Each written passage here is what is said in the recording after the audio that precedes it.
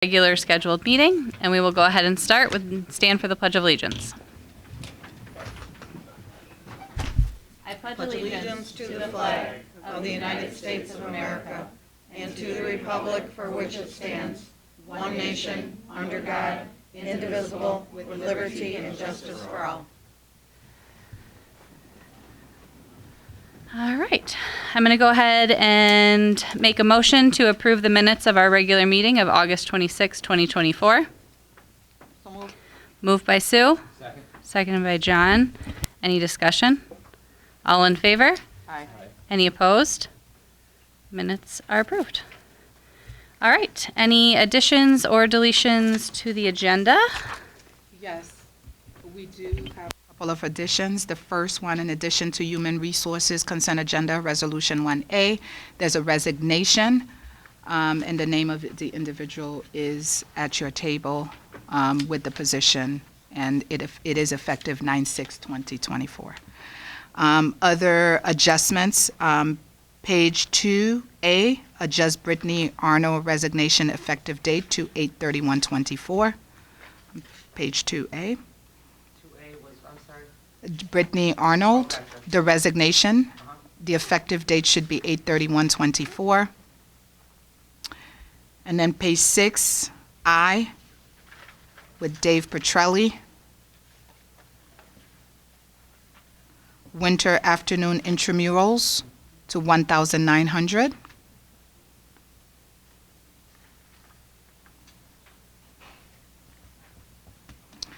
And then on page 24, we are going to remove resolution number 2 under miscellaneous business due to additional information received, and so it's best for us to take a pause. All right. I'll go ahead and make a motion to accept the additional business and changes. So moved. Moved by Sue. Second. Seconded by Kirsten. Any discussion? All in favor? Aye. Any opposed? Agenda modified. All right, we're going to go ahead and start off with some board recognition. So we just first, of course, want to thank the entire district for all of the wonderful school prep that went into getting the doors open last week. And then also recognition just for all of the faculty and staff that and students that did the staff opening day preparation. I know it was a lot of work, and we all kind of stood in awe at the excitement and the energy in the room. So thank you to all that participated in that. All right, any public comment? Yeah, all right. And we are going to do a little bit of a swap, and we're going to go ahead and have our FEMA update workshop go next.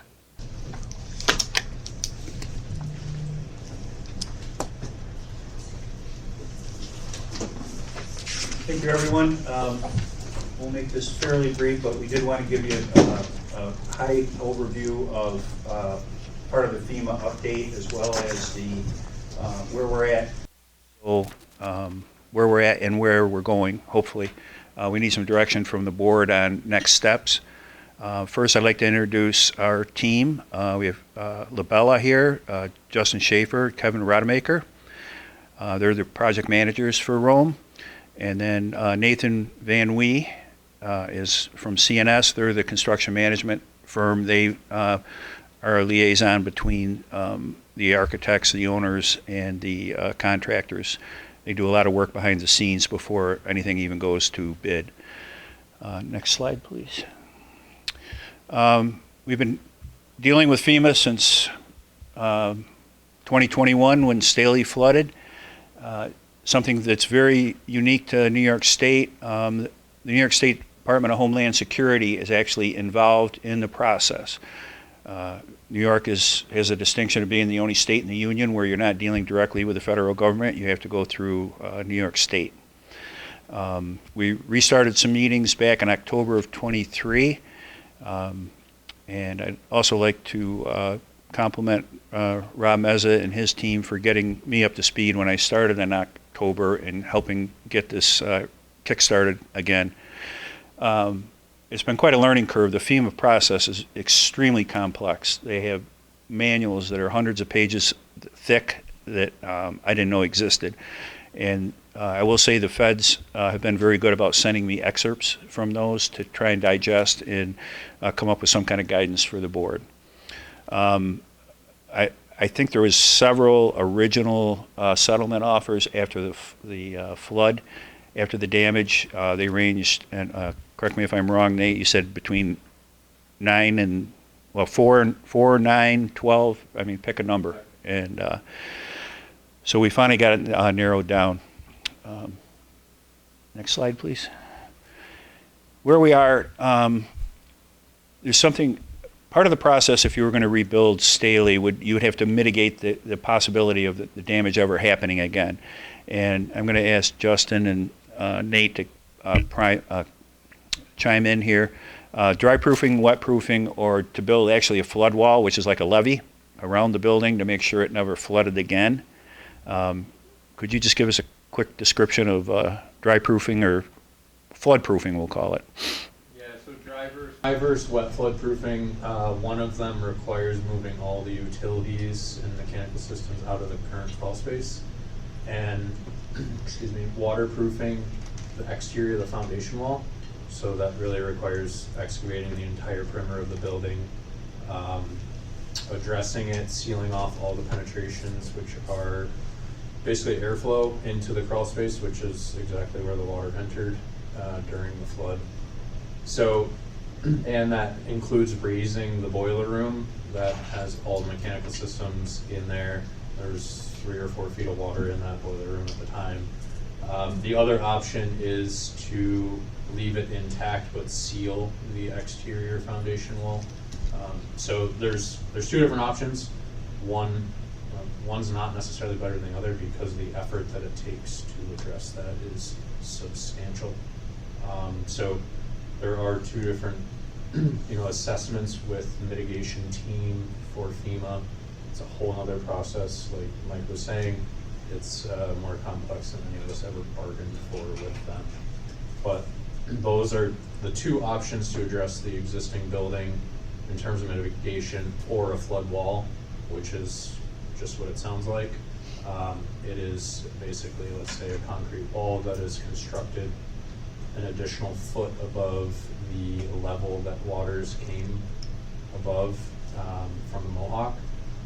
The option for the flood wall is off the table at this point. If you've likely been to Staley, you realize how close the corner of the building is to the Mohawk, and the distance that we would need the flood wall to be constructed from the building to maintain state requirements is just not an option. It is directly in the floodway, and FEMA obviously sees that as an issue, just like we do. So really, our only options to address the building would be either dry or wet flood proofing. Now, I've lived here my whole life and went to Staley, even before a storm or a flood of what happened. It rained sometimes and we had water up to the windows. So even dry proofing those walls without a storm ever happening again, is that even? It's not feasible. It's not cost effective. The only other one I didn't even put up there is they said we could raise the building approximately 5 feet. So. FEMA says that without really knowing what that actually means, because it's not like you just throw a little jack under the building and get it up a few feet. So. He actually said it without smiling too. So repair versus replacement. If we did the repairs, we would have to do the mitigation, which was approximately $21 million. The repairs and bringing everything up to codes and standards was approximately another $24 million. And if you've been, well, I know none of you have, but if you've been in Staley right now, I'm not sure you could even do it for $24 million right now. It's completely destroyed. I'm not sure it's salvageable. The two options are what they call a required relocation, which means FEMA comes in and says you must move the building and we will pay for the new building. The problem with that is one of the 4 requirements is you have to have repeated documented damage to the building that required FEMA involvement, basically. we did not meet that obligation. When I was talking with FEMA, there is a slight possibility we could force that through and get a new building, but the money would have to be spent only on that building. And we'll get into more of that in the next couple of slides. So the required relocation, only FEMA can designate that, or we can apply for an alternate project. A new building is approximately $65 million. I'm not going to read the slide to you, but the demolition of Staley would be have to come out of that. We cannot use any of that money for any other projects, any other building. And it would, if we did turn the Staley location, we'd have to demolish a building, turn it into a green space, and then at that point, FEMA would come in and pay for some ancillary things like benches and gravel walkways, restrooms, etc. The process to obtain this grant is a lot longer than what we're facing, believe it or not. Jasper-Troopsburg is a small district downstate. They have been dealing with this about as long as we have, I believe, and they still had not settled. FEMA had not said that there was going to be a required relocation, and they just flooded again. So they're right back to square one. They're probably going to wind up now with a required relocation, but it's going to take a while. So even if you got the grant for the relocation, you're talking just in five years before you put a shovel in the ground, something like that, 4.5. Yeah, once they cut the check. Once they approve the grant. And this is a grant. The money has to be spent, and then you get reimbursed. It is not like an insurance claim where you just get a check and you spend it. Mr. Hoos, are we going to get copies of these slides? Yep. Okay, Carl. I just missed your last, what did you say? We have to use it for that building, we have to pay it back, you said? No, it's a grant. Oh, it's a grant, right, But okay. it's not like an insurance claim where you get a check. Oh, okay. You I have to see. spend the money to get it back. Alternate procedures project, which is probably the way, personally I think you'd want to go. The amount of the FEMA grant would be around $22 million. It's like 21.9 something. You can use it for anything you want in the district, including buses if you had to. You still must demolish or secure Staley. I don't think it's possible to secure it.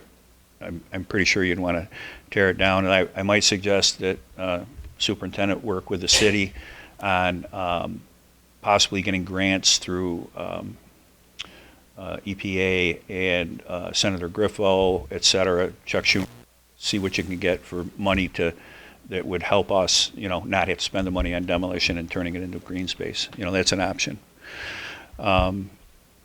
After talking to the woman down in D.C., she said the grant is pretty well ready to go. As is right now. She said once the grant is approved, the funds will be available in approximately 30 days. So you got some options and decisions. I think you probably covered this in your last meeting with Labella, and just some of the things the board really should look at is their planning process. And I'm sure Rob will guide you through that process. Okay. I have one question, though. You just said the check could be drawn within 30 days, but if it's a grant, Well, the grant approval, the funds would be available if we spent it. when we start Yeah. spending money? In Okay. other words, if you had someone there with a bulldozer to start knocking it down, the money would be approved, so to speak. Okay. So the probing question. What path would the board like us to follow in regards to FEMA, the required relocation or the alternate project? I'm not sure how much discussion you want to have publicly, privately, et cetera. This is executive material if you choose to. I mean, I would openly say, I think given the nature of our space issue, I think there is a lot to be done with $22-ish million. So my preference would be to follow the alternative project or alternate project. A follow-up question. So the $22 million grant, you said that would require demolition of Staley. Both would. What's the estimate of the cost of the demolition of Staley?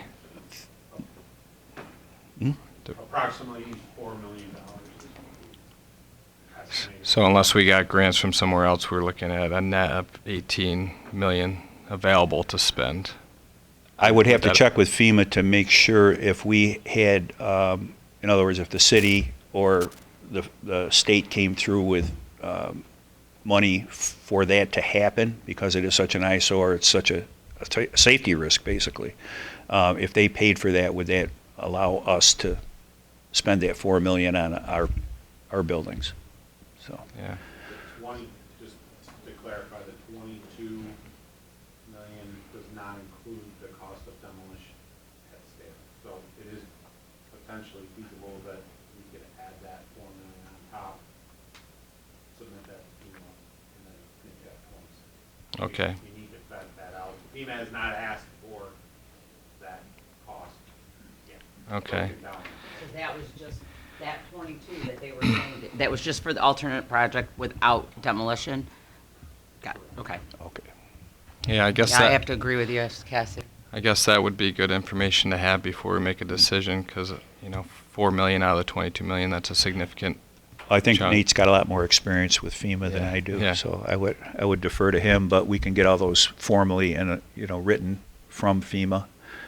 We've got a very good working relationship with them right now, and everything will have to go through the state eventually. But if we can get everything locked in with FEMA, with the board's approval, I'll draft a letter and for Nurlan to sign and formally send in, requesting the alternate project. We'll get the state involved, and then I believe there may be some work on Labella and CNS's part on that to get accurate. They want figures down to the penny on a lot of this, and believe me, they have them.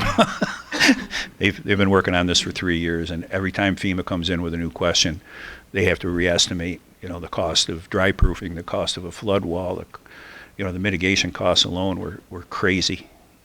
Yeah. Now that $22 million, that's specifically something you've been working on for this project that FEMA's come back at, and that's kind of their hard number that they've left the table at? Mhm.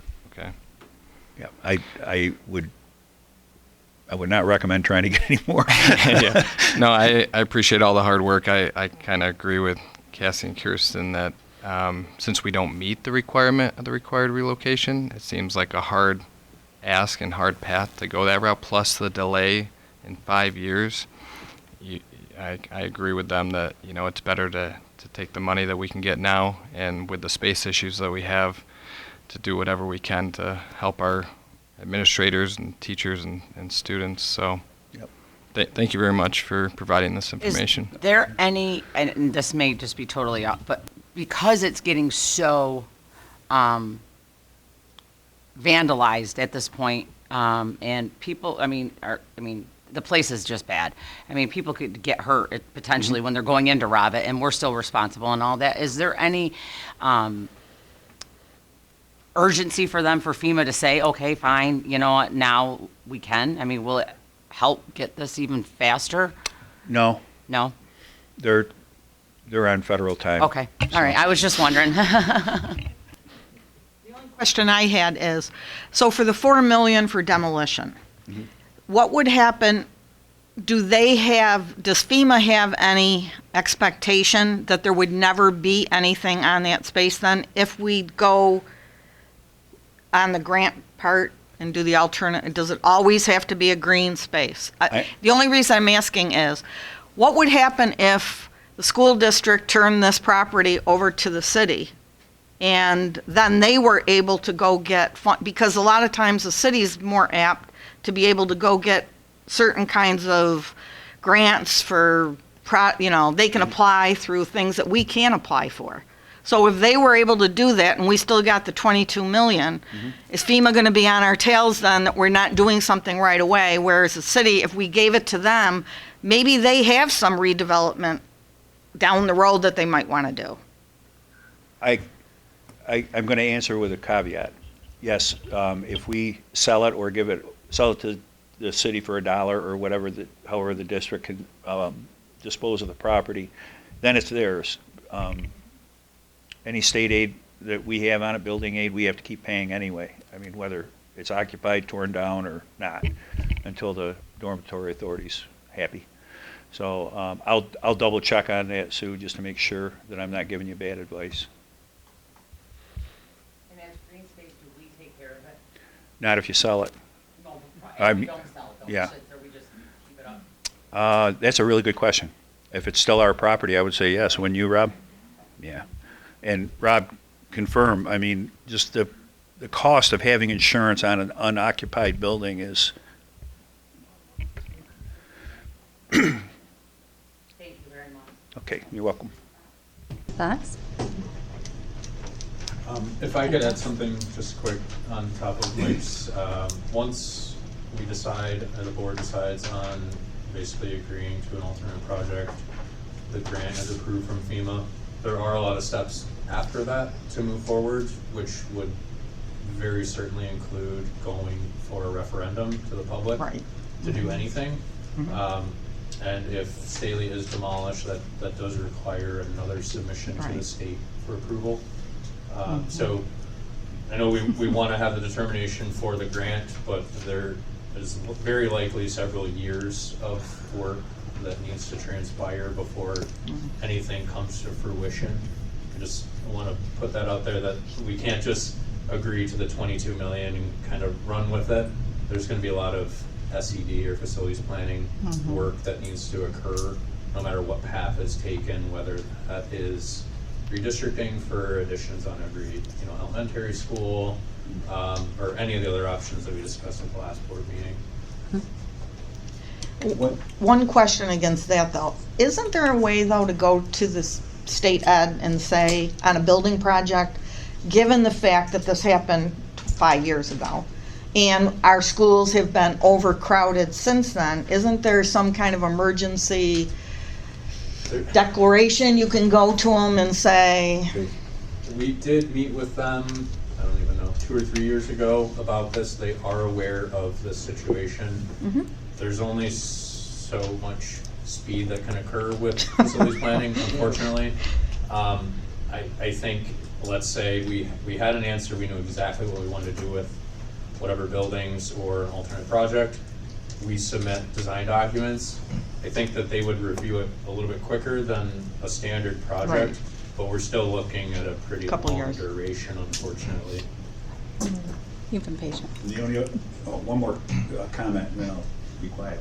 The only other question we had as a group was, if the money is awarded and we can use it for whatever we want, can that be used as a local share of a building project? oh, In other words, if you're getting 90% back, can that be used towards the 10%? And we've gotten both answers, so we'll get an answer in writing for that, because that would be huge.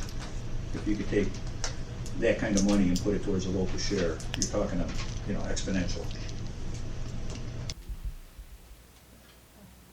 Oh, well, last time we had talked about, we are in conversation about acquiring RCS.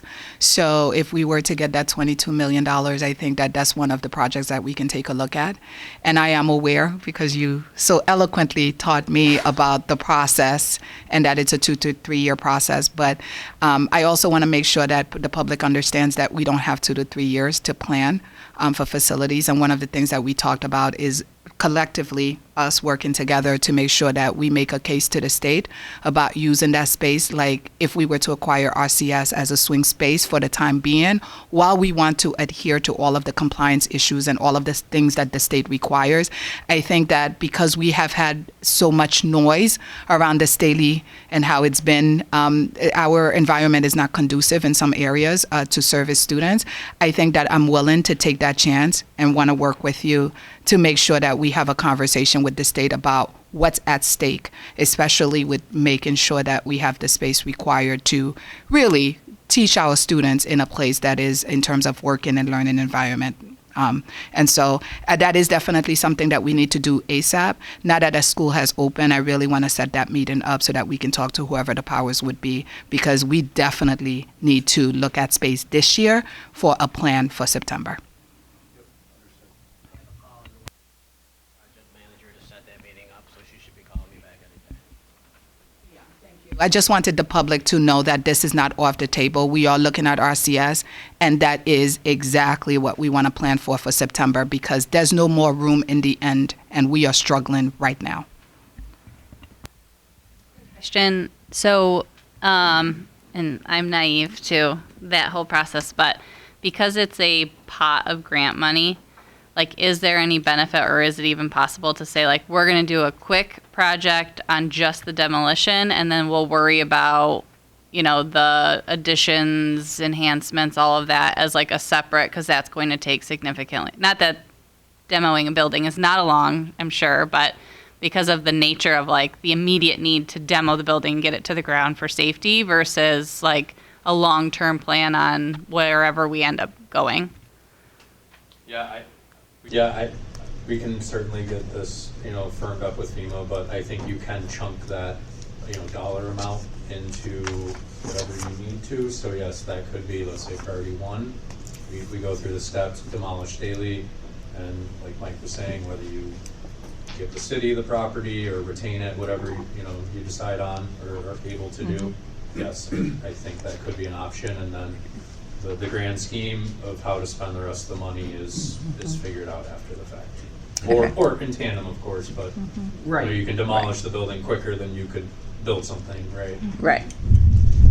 That is thunder, correct? Yeah, okay. I thought it was planes. Plus the cost of demolition has to be just like building costs, just continuing to go up. So, I mean, honestly, if FEMA were to give us back the money, it's in their best interest if they were to do it for us early. From what I understand, once the money is awarded, there's no time frame. It has to be spent within something like 30 years. And I did ask about FEMA's allocations, the money they have to dole out. And she said, we're fine, and their actual relocation or reallocation is, I believe it's the end of October. They have a funny fiscal year, so even if they ran out of money now, They get a come big pot. November, we'd be in the queue. There's also some more dollar value potential that we need to look into depending on what the final result is in terms of how many classrooms and where and what that cost is. Where in that public referendum, beyond being able to spend for that FEMA reimbursement, some local value that would cover that. So some of that we have to play with and understand. So it would be helpful to do that demo project first and early. Okay. Well, it sounds like since we have an offer on the table, we need to give you guys a decision. So we are going to do a good old round table vote, and let's see if we can get general consensus to move forward. Paula Witt? Yes, I agree with the alternate option. Sue Carvelli? Alternate is a go. Alternate for myself? Yeah, I'm alternate as well. I'd like just again to say, anything we can do to get those extra the demolition dollars, any way feasible to get alternate money from a different source for that would be great. But I think alternate approach. Well, just to be clear, I was not aware that the demo money was on top of the grant. If we got a $2 million grant, FEMA would still only give us $2 million. It's not like we can use $4 million towards anything we want. No. We understand that, though. We'd Okay. still be able to have the full 22, though, to use for Yes, whatever yes. we want. Yeah, Right. I would like. I'm just saying that any way we have, that we can use the 22 million for the new build. Oh, yeah. And get additional dollars for the demolition costs, so we can focus all the $22 million towards extra class space for our students. Thanks. Yes, for me on the alternative. Kristen? Yes, for me as well.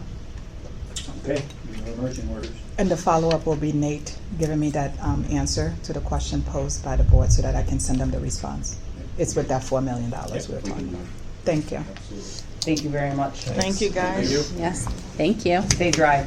Take care. We're gonna be hanging out. Yeah, drive safe.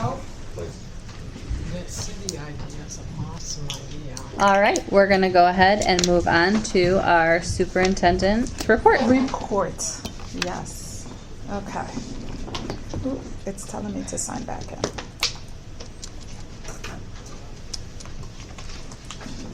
Call in a second. Thank you. Okay.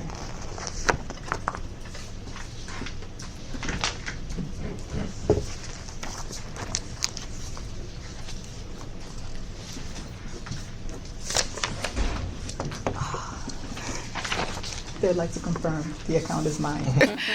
Whenever you need it. Okay, Carl, the second slide, please.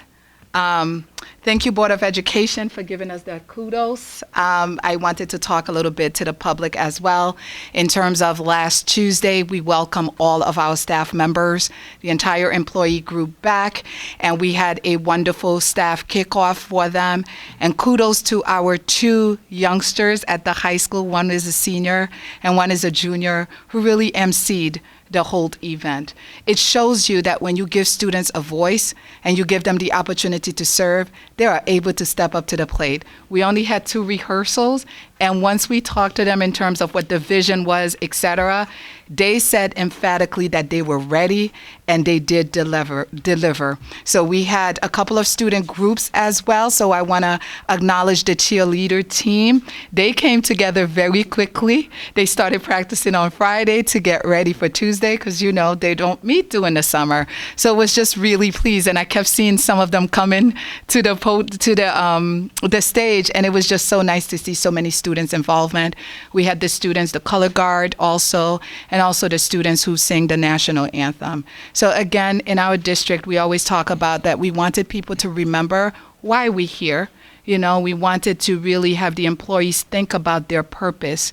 And so we wanted to make sure that students were at the forefront. And we thank them for their involvement. But more importantly, we also thank all of the faculty members who have given us feedback. From what we're hearing, it's overwhelming positivity. Most of the staff members who were able to have an opportunity to talk with my teammates and I shared that this was the most inspiring and fun superintendent conference day. So we're really pleased we worked hard behind the scenes, and more importantly, that our students were at the forefront of it all. So I don't know if any of the board members who were there, because thank you for coming, and my teammates, if you wanted to add anything to the celebration or the staff kickoff. The only thing I would add is recently I had 3 teachers who told me they were looking at retiring in maybe 2 years, but actually now that this has all occurred and it was so much fun, they're thinking maybe they'd make that 5 or 6. I like that. Yeah, Go ahead. oh, sorry. Yeah, I thought it was great, amazing, enthusiastic, energetic. I turned to Jeff. I said, "Man, I wish our place was this much fun to work." Just love the positivity and having the other speakers. The RTA president really brought a great rendition of her own self-made song that really pumped up everybody there, and I think everybody left with a lot of energy and positivity. And then, you know, you wrapped it up very well with giving your background and then back to the students and, you know, remember why you entered into this field, why teach. You know, it's all about the kids, it's all about the students. So I love that. Great job. Thank you. I'll add that I had some teachers say that bringing the students in was an excellent idea because it also brought home why everybody was back there. It was very energetic for them.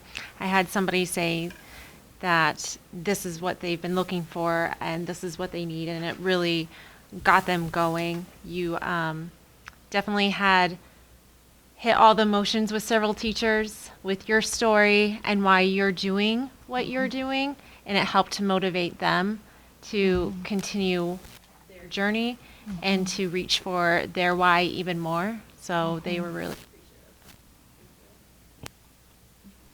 I couldn't be there, but I will say that I had multiple phone calls and texts, and then did read even on social media, where social media is such an evil place sometimes, and so negative, that it was very positive. Everything I read was very positive, and just great things about, you know, what went on. And like I said, I'm sorry I missed it. I had a very busy week. I feel bad I missed it. I really wanted to be there, but like I said, everybody that I spoke to had said what a great job you guys did. So thank you. I appreciate that. Yeah, I think, you know, I'll just say I think the fun part for me was having all of these people independently come and talk, and just the overall theme of being champions for children. And I think if we're all coming together with that and that's our focus, we will be successful. All right. That's right. And it was obviously great to see you bust a move. So. And I didn't. I didn't get the memo. We'll hold dance class before next time. And we must say thank you to our media, especially Rome Sentinel. I don't know if you guys got a chance to read the article, but even some of my folks in Rochester, New York, were saying how, they appreciated reading that article and the great press that our district got.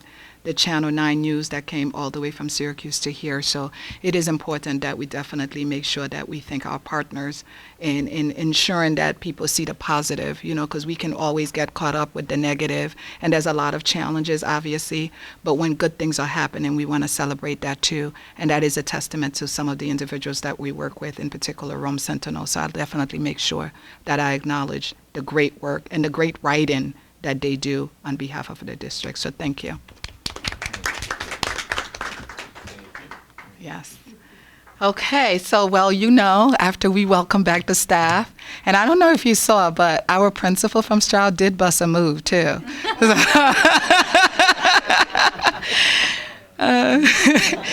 We also welcome our students on September 3rd, and while the building leaders, they were ready and prepared to receive the children on September 5th. Sorry, I'm still thinking about September 3rd. We also wanted to make sure that as a leadership team from the district, that we had an opportunity to go and celebrate with each building leader, to stop in each building, to greet the students, to spend time just laughing and continuing that joy.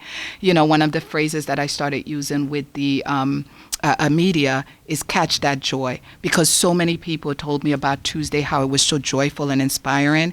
And then on September 5th, when we were in every single building, there was a sense of joy.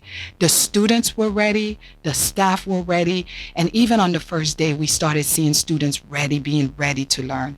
And so, the executive leadership team, the entire team, we went in, and different directors, even CSC chairs, stopped at different time, because the goal was to make sure that district office leaders and administrators were at buildings to celebrate alongside, but also to ascertain what challenges that we are facing so that we can start taking care of them right away. So any challenges or phone calls that we received, we were already aware, and I can tell you that the building leaders are working hard at making sure that we resolve some of these issues just alongside the district leaders. So anything from the team in terms of the visit to the buildings and what you thought? No? That's okay. You don't want to speak. That's all right. And so the next slide has a picture of my mother. Go ahead. Next slide, Carl. The reason why you guys got a chance to hear my story on Tuesday, and I talked about my first champion, and my first champion is my mother. And the public hasn't had a chance to really kind of understand my why and my story. And so I felt like this was appropriate to be able to say the journey has begun because of this woman. Not only did she give me life, but at an early age, she really taught me the value of education. So if I am here, and if the board had an opportunity to really have the audacity to hire a Black woman, it is because of this woman right here. And I was in a class today because a teacher invited me to her global class to speak to the students. And I said to the students, I was fortunate to be here as a woman of color. And the reality is this impact every student, because the white students need to see people of color in a position of influence just as much as the students of color who needs to not leave here and not see either a teacher or an administrator of color that they can kind of say, I see myself. And it's the same thing for the white students, right? They need to know after they leave here that this is not, while they go in the world is not the only place where they see a person of color in a position of influence. And so I just wanted to give kudos. The reason why I'm here is to my mother, who allowed me the opportunity to come to the United States at a very young age. I was one of two children that she has. Can you imagine? Even partying with my 18-year-old is difficult. Never left my side before until this year. And so I can imagine the struggle that she had to allow me to come to a foreign land, far away. Didn't even know if she would see me again. But she sacrificed so that I can be here. And so that's why I'm making all of the sacrifice for the children of this district and for the staff of this district. So kudos to my mom. Yes. All right. The other thing that I like to, I always like to make sure that the public understands that every single day as district leaders and building leaders, we look at what are the strengths of the district, but there's always room for continuous improvement. So one of the things that we really wanted to report out of is the opening of school. So each building leader got a form from me that talks about if they can kind of give me a report on the first 2 days of school so that I can report to you what's happening district-wide. And every building leader completed their form and sent that to me on Friday so that I can have these things for you, an overview of how the opening of school was at the beginning. So right now, our total enrollment is 5,238. Obviously, we still have students who are enrolling, but there's 2,868 students as of Friday at the elementary. The junior high has about 824, and the high school about 1,546. For the most part, all of the building leaders reported a smooth and joyous opening, as we also indicated with our visit. The staff members expressed being inspired, and they were ready to receive our children. Obviously, with a big organization like this, there's always a few issues that our team is working behind the scenes to resolve. Transportation is a big piece of that. We've heard, and the good news is that the community is not afraid to tell us the thing.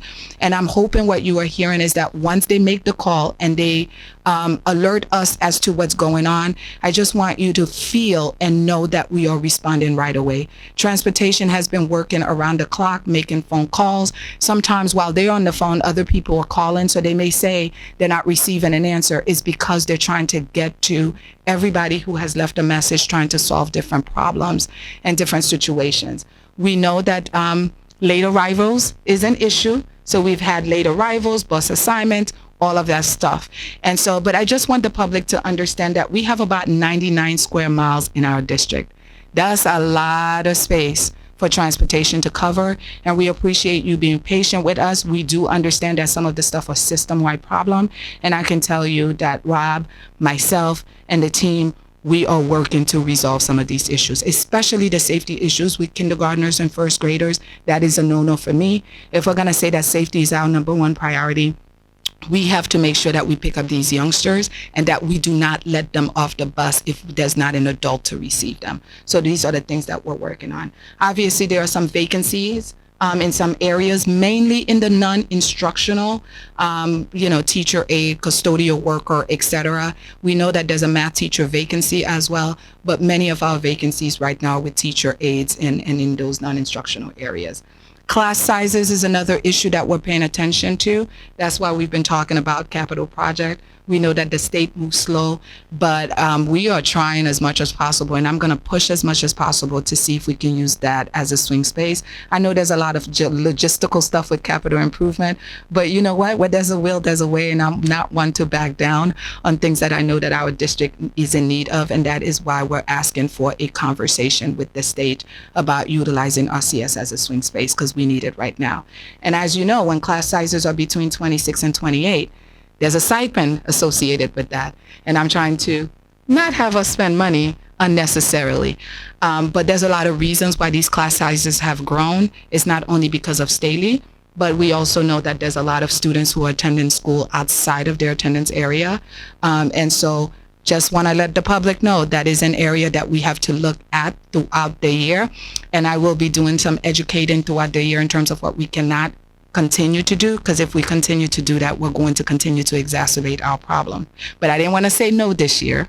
Parents, I did not want to say no this year because I was new, but it is important that we talk about the space issue and really look at every child going into schools in their attendance area so that we don't continue to exacerbate the problem and have to continue to pay stipends unnecessarily. And of course, there was some delays in furniture assembling. The furniture was here, but we had some issues with some of the assembling, and it was in one building. I know there was rumor that students were sitting on floors, etc. There was flexible seating, but furniture will be taken care of soon. It's not that they didn't have furniture. The new furniture was not assembled. And so in particular, it was at Bellamy that we had that issue. So that is the opening of school report from the building leaders. Like I said, for the most part, things are going well, but we also want to be transparent about some of the issues that we have as well. And mainly the big issue is a lot around transportation. Any questions? Because I have my teammates here who can answer even UPK questions. I have, and I don't know if this can be answered or not, but so if somebody is problems with certain schools being overcrowded or anything, if a child is homeless, okay, and they are from, this is made up world. They're from Fort Stanwix, okay? We'll use Fort Stanwix. They came from Fort Stanwix and now they're homeless. And the shelter that they're in, which our shelter happens to be the Quality Inn and the Relax Inn and all those. Now those children are all seeming to have to go to, I'm going to say, Stokes, okay? They're not, but wherever it's closest to Stokes, okay? Now that becomes, if that became one of the issues of this, wouldn't that be wherever they were before as a student? Well, the McKinney-Vento Act, exactly what you're asking, that is exactly what the McKinney-Vento Act says, right? When a student is I like to use temporarily displaced, no problem. I mean, the state calls it homeless, but I think the more appropriate way to say it is temporarily displaced. No, for me, like yeah.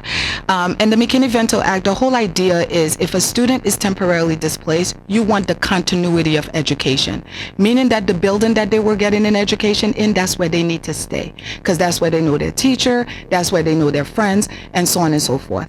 And so I was under the impression that maybe some of the understanding of the McKinney-Vento law was not being practiced here, and I can tell you that's a conversation that I have had in terms of when they do become homeless and they still live here, they are allowed to stay in the building where they started. You don't move them to a different building, because that's the whole idea, is to keep them so that at least there's one continuity and consistency in their life, and that is education.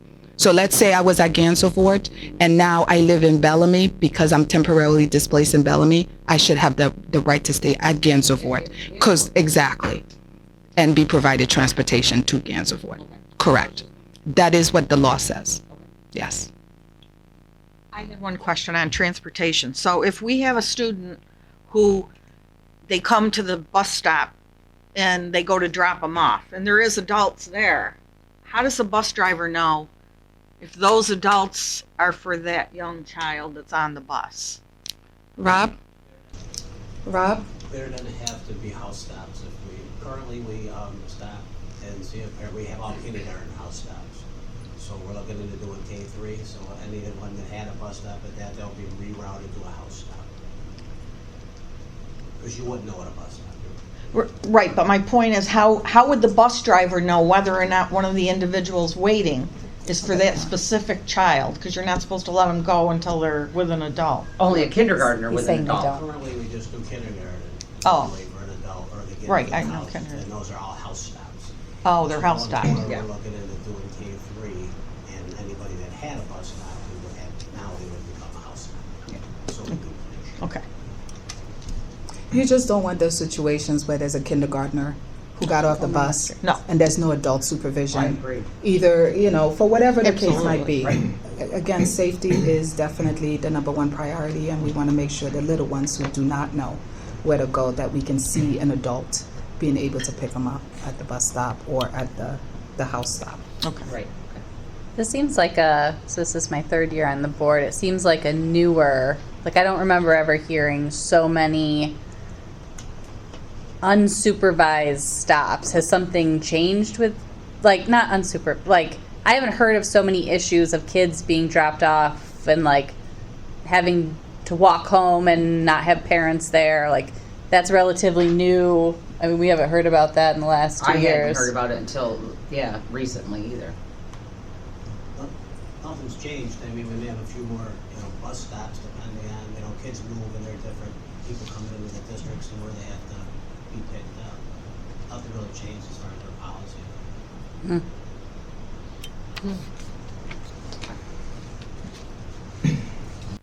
Yeah, I just wanted to add that both my kids entered a new school this year.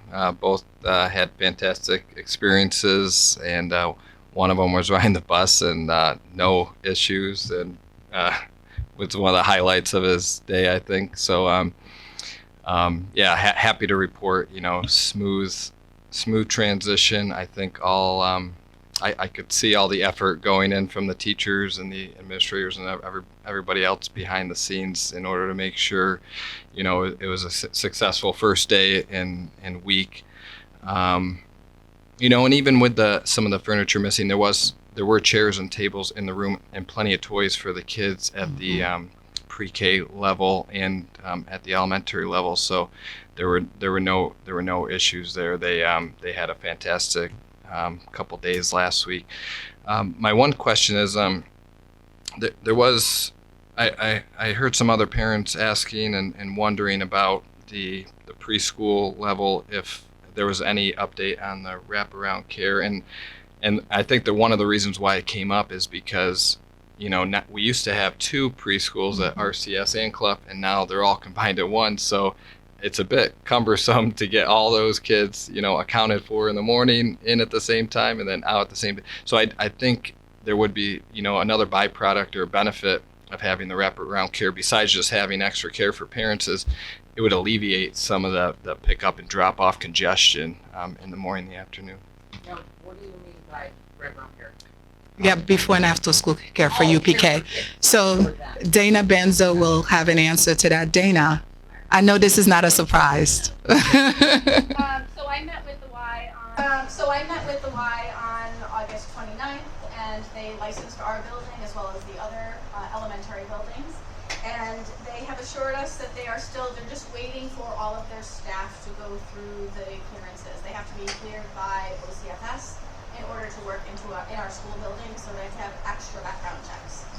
So we knew that it wasn't going to open for the first week of school. We are hopeful that it will open within the next week or two. And the hours are 7 to 9 before school starts, and 2:30 to 5:30 after school. The district has no oversight of that. It's all under the guise of the Y and getting their staff cleared, but they're keeping us updated as soon as they have the staff and are able to get up and running. So we're ready to receive them as soon as they are, and I know parents are ready. I think Jill was going to be putting something out. So there's a little bit of a catch-22. They have to have staff in place, but they also have to have families on their rosters to say that they have enough staff to fill the need. So there is going to be a link at the Y, or to reach out to the Y directly and say you're interested, for families that they're interested in before and after school. So is that something that will be communicated to the parents at UPK? Yeah. I love to do e-news to parents. So yes, and I can tell you, Holly, who's from the YMCA, myself and Dana made a personal phone call to her because we knew that wraparound care, it is important that it starts as soon as possible. She reassured me that they were in the process. And OCFS is the Office of Children and Family Services, and they do have to have those layers and the approval from OCFS before they can move forward. But in the meantime, while they're waiting for the OCFS approval, they are beginning to hire staff. So our goal is with about 9:15, I would say, the latest 9:30, that they will be up and running. And of course, we will communicate all of these things to the families. So, yes. Is that an extra cost to the district? Or is it granted, or is it granted, or is it? So that was the benefit. If you recall earlier, at the end of last year, we talked about possibly running the before and after school through the district, but that would be a cost for us. We would have to pay staff that wanted to work before and after school.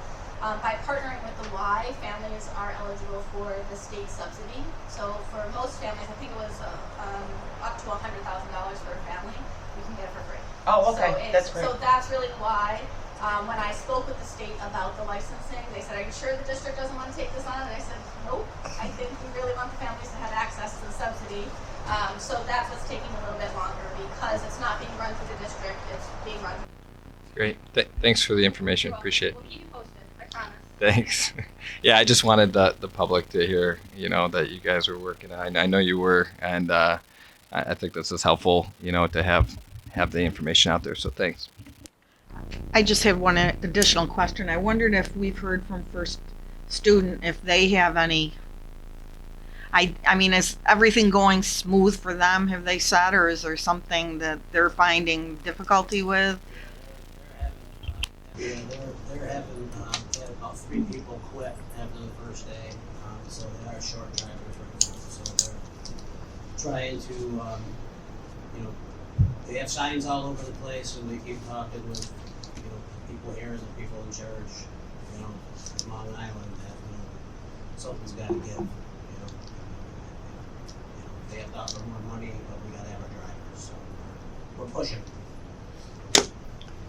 What happens when there isn't a driver to do that route then? You collapse That's one. why you're seeing late buses, that's You why have it's to every collapse one. school. And then the district buses have to go out. It all has an effect. And the buses get full, more full, because you have to collapse runs. I wanna get that out there. Time probably 5 o'clock, they were just leaving. And that's why, too, people have to understand, unfortunately, we're not giving out busing for longer distances, that we had to really be strict, unfortunately, to that mile radius, because where, yes, a couple years ago, some children might have gotten picked up that lived 8 houses down. Right now, there's no one to provide the transportation because there isn't workers. When they think that, you know, I hear it a lot, that they feel that we're just cutting it down to that the law is this, this, and this. It's not because we want to. I mean, I'm sure you would like to see coverage for you know, more than we could. Well, I think it's important, Rob, and you probably have the numbers, I don't, but like we are well under the state requirement for walking distance. We're 1 mile for the elementary, and the state education department says 2, and we do relay that, you know, not that we say we agree with it 2, you know, because we don't, but, and we're 1.25 for middle, and high, and that's 3 miles. But we don't really have a lot of schools, you know, that, you know, Gansevoort, Bellamy have some walkers. We don't have lots of walkers, you know, but we do have, you know, we'd love to bus everybody if we had the drivers. One thing I would mention is possibly, I do know MVCC has in the past and most recently, they've been offering some courses. They did the one for teacher aid this summer where you didn't even have to pay to take it. It was all free to get people registered and certified to do it. We might want to contact MVCC to tell them that the busing is another issue and maybe they would consider doing something like that again for the CDL license. So just, I know they're trying to bring more programs back in. It's all run through the state, so it might be a really great option. I'll take it. It took you a second. It did. It took you a second. What are you taking? Okay. Any more questions about it? Thank you. Okay. Head like that. One quick follow-up on the wraparound care. I'm assuming it's here at Clough? Yes. Okay. It'll be housed in the gym and in the cafeteria into sections based upon the ages of children that register. We have to have certain numbers of children per group size, so it'll be divided. Okay, perfect. Thanks. You're welcome. Okay. Well, it comes to our district priorities. I touched upon that at the kickoff because it was important for the entire understand that we have district priorities. And when it is a district priority, that means that everyone in the system has to be a part of the process. So this summer, the entire building leaders and district leaders, we came together at a 2-day retreat, as you know, specifically to develop those priorities, to say, what is the direction of our district? Because one of the things that we want the public to understand is that all of our schools, from elementary all the way to 12th grade, the focus is we want to make sure that all of us are moving in the same direction so that the public doesn't have this perception that one school is better than the other. Because the goal is every school in Rome City School District, we're working towards the same goal, and we want the same level of academic achievement. wellness for our students. So it was important that we came together and we developed, it's not just a document on paper, let me be clear, because we put things on paper and sometimes, a lot of districts will put things on paper and don't follow through. But we want you to know that progress monitoring will be happening. And so we will all going to start beginning of the year conversation with all building leaders because they have their school improvement plan that will align to those district priorities. We did not want more than 2 this year, even though in some district you'll find that they have 3 or maybe 4. We wanted to be intentional about making sure that we pick 2 that we can do really well so that we can begin to affect change and see things improve for the better. So the 2 areas that we are focusing on collectively as a district, obviously there's day-to-day stuff that we still have to lift, but it's academic rigor and excellence and wellness and equity. And we explain what these 2 mean, but more importantly, not only did we identify the 2 district priorities, but we have objectives in terms of what we are trying to accomplish under each. And in addition to the objectives, some specific targets, because there are data that we have right now that is not really great. And so we know that we can be better, we know that we can be greater, and so we identify where we are right now and where we intend to be at the end of the school year so we can continue to work to make sure that we are a district that is making sure that we have high academic achievement, high graduation rate, and at the same time making sure that we're meeting the needs of students socially, emotionally, academically, so that they can thrive while they are with us, and after they leave us, they can thrive in society. So you've had the opportunity, I think I gave you a copy of those about 3 weeks ago. So you had an opportunity to review them. And we wanted to give you an opportunity to ask questions. They are very specific, as you can tell. The leaders, I asked the leaders on Tuesday when they had their meetings in the afternoon with all of their staff members to really go through this district priority. And in addition to talk about their school improvement plan. Every building has a school improvement template, because I am a believer that you don't have to be bad to get better. And if you are good, I want you to be great. And if you are great, you need to get greater. And so it is important that we are consistently working on continuous improvement in every part of the system and in every department.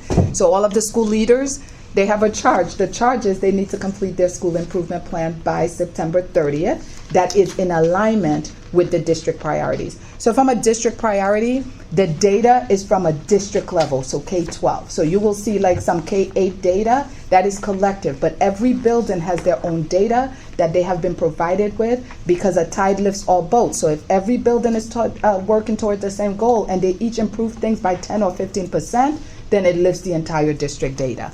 And so you will see those school improvement plans.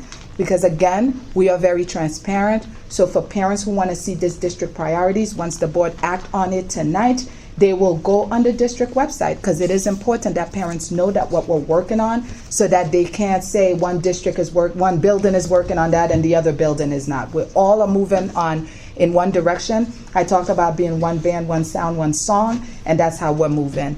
And in addition, once they complete their school improvement plan, every school improvement plan will also be posted so that parents can see that all of the leaders are working towards the same goal. And during the year, we will be giving you update on these district priorities. So when I do reports, I'll give you a sense of which building is increasing in that and some of our progress over time throughout the year. And at the end of the year, I'll give you an overview of what we have accomplished and whether we met our goals. But along the way, I'll be able to give you an overview in terms of how we're doing. Are we progressing? Are we maybe at risk of not meeting that target? But the goal is to meet every target that we have set for this year. Lastly, I want people to understand that just like I'm holding every leader accountable, the board is also holding me accountable, Because what we say we're going to do, that's exactly what we're going to do. So the district priorities are also the goals that I'm expecting that the board to hold me accountable for, just like I will be holding the leaders accountable for their school improvement plan.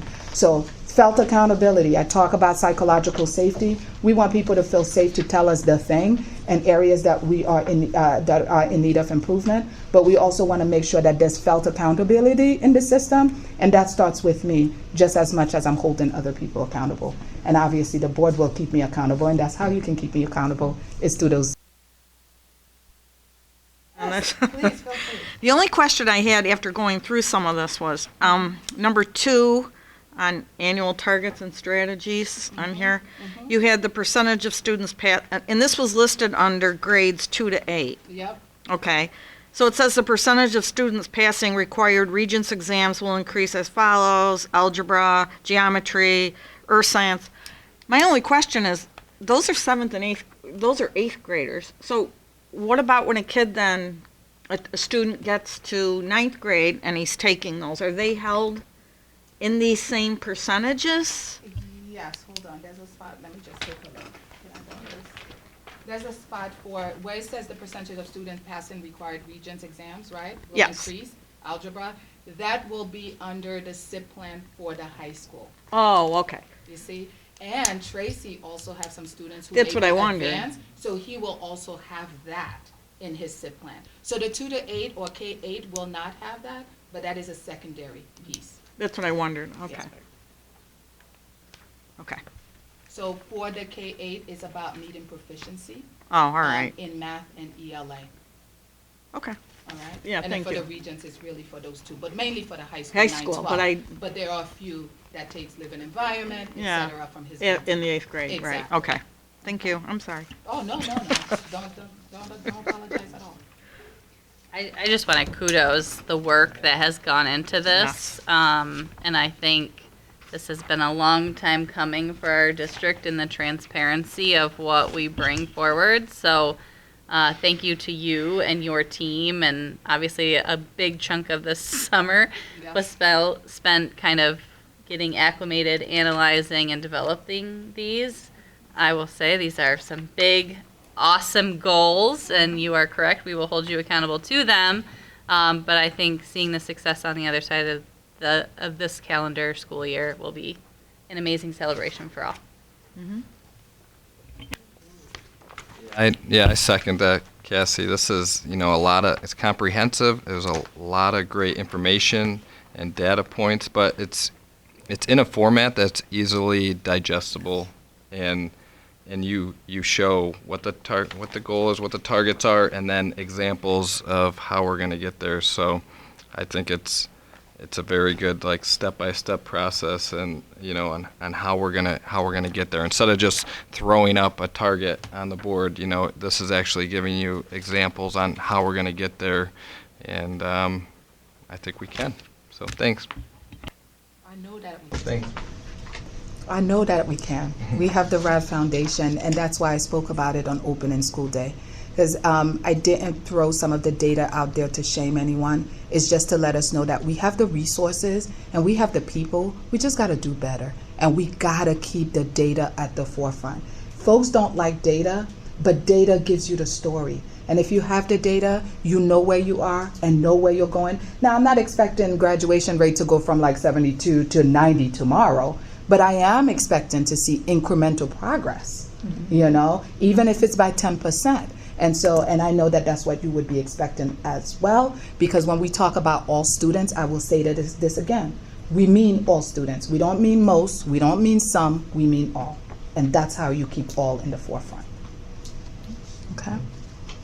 Awesome. All right. And lastly, I promise, I know, I didn't expect this to be so long. This month, I don't know if you know, September is Attendance Awareness Month. So I want to make sure that we keep it at the forefront because, one of our district priorities is decreasing chronic absenteeism. And so I want to make sure that, if kids are present, they can be powerful, and consistent attendance does what? It boosts academic performance, which is a district priority. It fosters social connections and peer relation, encourages responsibility and a sense of routine, and reduces the risk of falling behind and feeling overwhelmed. When children fall behind and they feel overwhelmed, they don't want to come to school, and then all of a sudden you have a 10th grader or a 9th grader who wants to drop out. We don't want that. So parents, attendance matters. I know that we have some transportation issues. We're going to work on those. But please have your children come to school on time, and so that they can learn and don't feel overwhelmed. And so please, please, please, attendance is September Awareness Month is attendance. So, and that is the end. All right. Moving on to our consent agenda. I'll make a resolution to accept the consent agenda, that upon the recommendation of the superintendent of schools, the consent agenda be accepted by the Board of Education. I move the resolution. Second by John. Any discussion? All in favor? Aye. Any opposed? Consent agenda passes, which zooms us to agenda page 23. So, finance is up first when you get there. Yeah. We have not had a finance committee meeting since our last board meeting, which I spoke about, our first one. So our next committee meeting is September 19th at 3:30, right here in this room. The only thing I would say is we probably will go through some more of the budget items, because the our auditors, outside auditors, will be doing our audit right now. They'll be starting it. And we also are bringing in, so he can meet our new business official, our our community member, Dave Nolan, who used to be the city treasurer. He's going to be our community member on our audit committee. So he is going to be coming to our meeting also, so he can become acclimated. So, and that takes care of finance. All right. Educational programs, action item 1, resolution to approve the 2024-2025 school comprehensive education plans. Resolved that upon the recommendation of the superintendent of schools, the 2024-2025 school comprehensive education plans, SEP, for Bellamy, Gansevoort, Joy, and Strauss schools be approved by the Board of Education for the 2024-2025 school year. I move the resolution. Second by Kirsten. Any discussion? All in favor? Aye. Any opposed?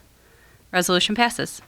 Action item number 2, resolution to approve the 2024-2025 District Comprehensive Improvement Plan. Resolved that upon the recommendation of the Superintendent of Schools, the 2024-2025 District Comprehensive Improvement Plan, DCIP, be approved by the Board of Education for the 2024-2025 school year. I move the resolution. Second. Second by Sue. Any discussion? All in favor? Aye. Any opposed? Resolution passes. Human resources and policy, I think we can skip over. Just for awareness for the policy, we did receive from NISBA the rest of our policy, so the 6,000s through 9,000s. So as we venture into our policy plan, we will have those available to start iterating on.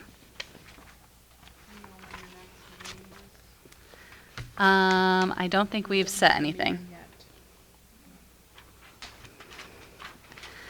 All right, miscellaneous business. Action item number 1, resolution to approve superintendent's conference. Resolved that the Board of Education hereby approves the following conference for the superintendent of schools, Nerland and Salm, Niskus, Saratoga Springs, September 22nd through the 24th, 2024, cost to not exceed $2,000. I move the resolution. Second by Jen. Any discussion? All in favor? Aye. Any opposed? Resolution passes. Cannot wait for you to represent. They're waiting for me. Yeah. All right. Discussion item. So as we talked about, I believe at our last meeting, we would like to make a trip out for one of our meetings to go to BOCES with the idea that we will do a pre-walk ahead of the actual meeting time so that we can see the campus, see where our students get to have a lot of fun, and then actually hold the meeting at the BOCES location. So in Verona, yep. So tentative date is October 15th, 2024, and just wanting to see if there's any reservations. There's any reservations or hiccups with changing our meeting location for that date? I don't think so. Should be fine. So we would just start earlier. Yeah. Yep. Okay. It's a Monday. Okay. Right? That's a Tuesday. No, that's after Columbus Day. Okay, because I was scared. I wasn't sure. I didn't think I would be home. It's a on Monday. Tuesday Yeah. on the I should be okay. I think I'm okay. If I'm not, I'll let you know that. I'll let you know tonight. Okay. What time would you want to start? Just so I can let them know. How long do you think we would need for like the tour of the campus? Would you say, would 30 minutes be enough? Yeah. I think 30 minutes just to see some of the major. Because they'll just walk us all through. Yeah. So 5. 5 o'clock? 5, yeah. Fine. I mean, even if we said 4:45, get there, so There we're you go. starting right away at 5. Exactly. 4:45. That's a good point. No, Cassie, I'm not gonna be okay with that 4:45. Travel time Okay, all 4:45. right, all right. Walking at 5 o'clock. Yes. Just wanted to remind you, we still need to read that one. We already did. No, We did. We included it. We got Oh, okay. edited it. Yeah, we added it to consent Consent agenda. agenda. Oh, Yeah. it's set under regular, so, okay. Wasn't it consent? It was consent, right? She Yeah, added we it. added it under Nirlan consent. added Okay, it yeah, under. it does Yeah, it say says consent, addition sorry. to, yeah, Okay. yeah. Keeping No, us you're on our good. toes, John. Oh, Just wanted to make sure. All good, all good. All right, we have no old business this evening. I did not see any other public comment come in.